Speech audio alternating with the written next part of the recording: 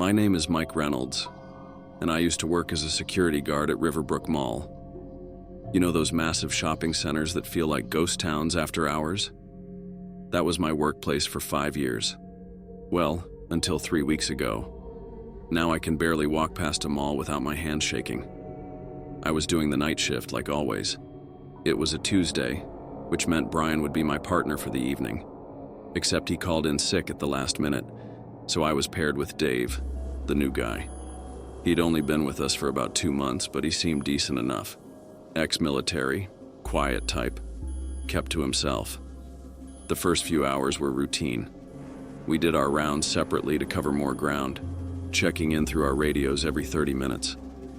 The mall had that weird quietness it always has after closing, just the hum of the escalators, fluorescent lights, and the occasional creak from the building settling. Around 2 a.m., Dave radioed in from the East Wing near the old Sears that had closed down last year. "Mike, you need to see this. Second floor, by the service corridor." His voice sounded off, tense in a way I'd never heard before. I told him I'd be there in 5 minutes. When I arrived, Dave wasn't there. I radioed him but got nothing but static. I figured maybe he'd gone to check something else out, so I waited. That's when I noticed the service corridor door was slightly ajar. Now these doors are always locked. It's protocol. We have specific keys for them, and they automatically lock when closed. I pulled out my flashlight and pushed the door open. The service corridors are like a maze behind the mall's shiny exterior. Concrete walls, pipes running along the ceiling, and fluorescent lights that flicker more often than not. "Dave?" I called out. My voice echoed back at me. The air felt different in there. Colder, heavier somehow. My flashlight beam caught something on the floor about 20 feet ahead. As I got closer, I realized it was Dave's radio, lying next to his flashlight. Both were still on. That's when I heard it. Footsteps, but not normal ones.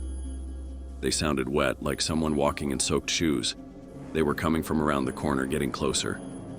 I called out again. "Dave, is that you?" The footsteps stopped.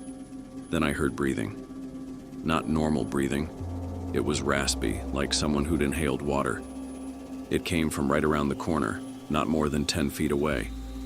My flashlight beam shook as I aimed it toward the sound.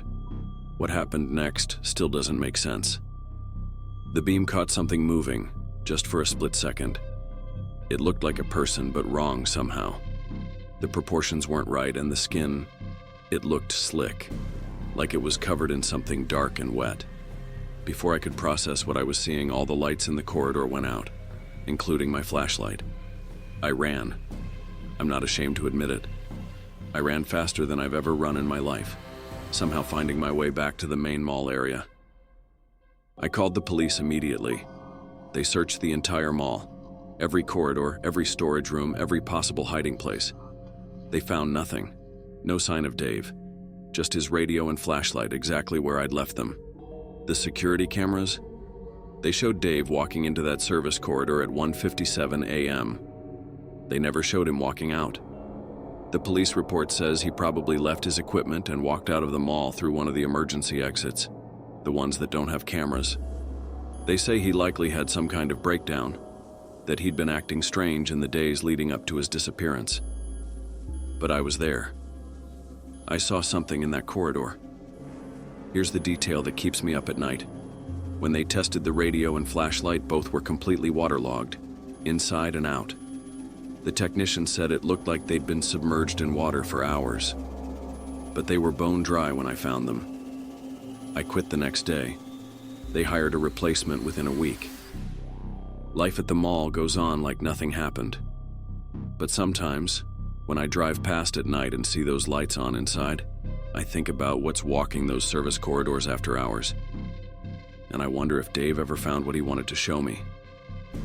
The police closed their investigation last week. Case filed as a voluntary disappearance. But yesterday, I got a text from an unknown number. It was a photo of a service corridor. Not just any corridor, but that specific one.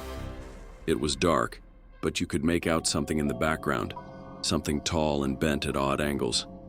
The message said, "I found something, Mike." I blocked the number. I deleted the photo. but I know what I saw in that corridor. And I know that somewhere in that maze of service hallways, behind those gleaming shop windows and bright mall lights, something is waiting. Something that used to be Dave. That's how I lost my partner and my job at Riverbrook Mall. If you want to hear more stories like this, like and subscribe.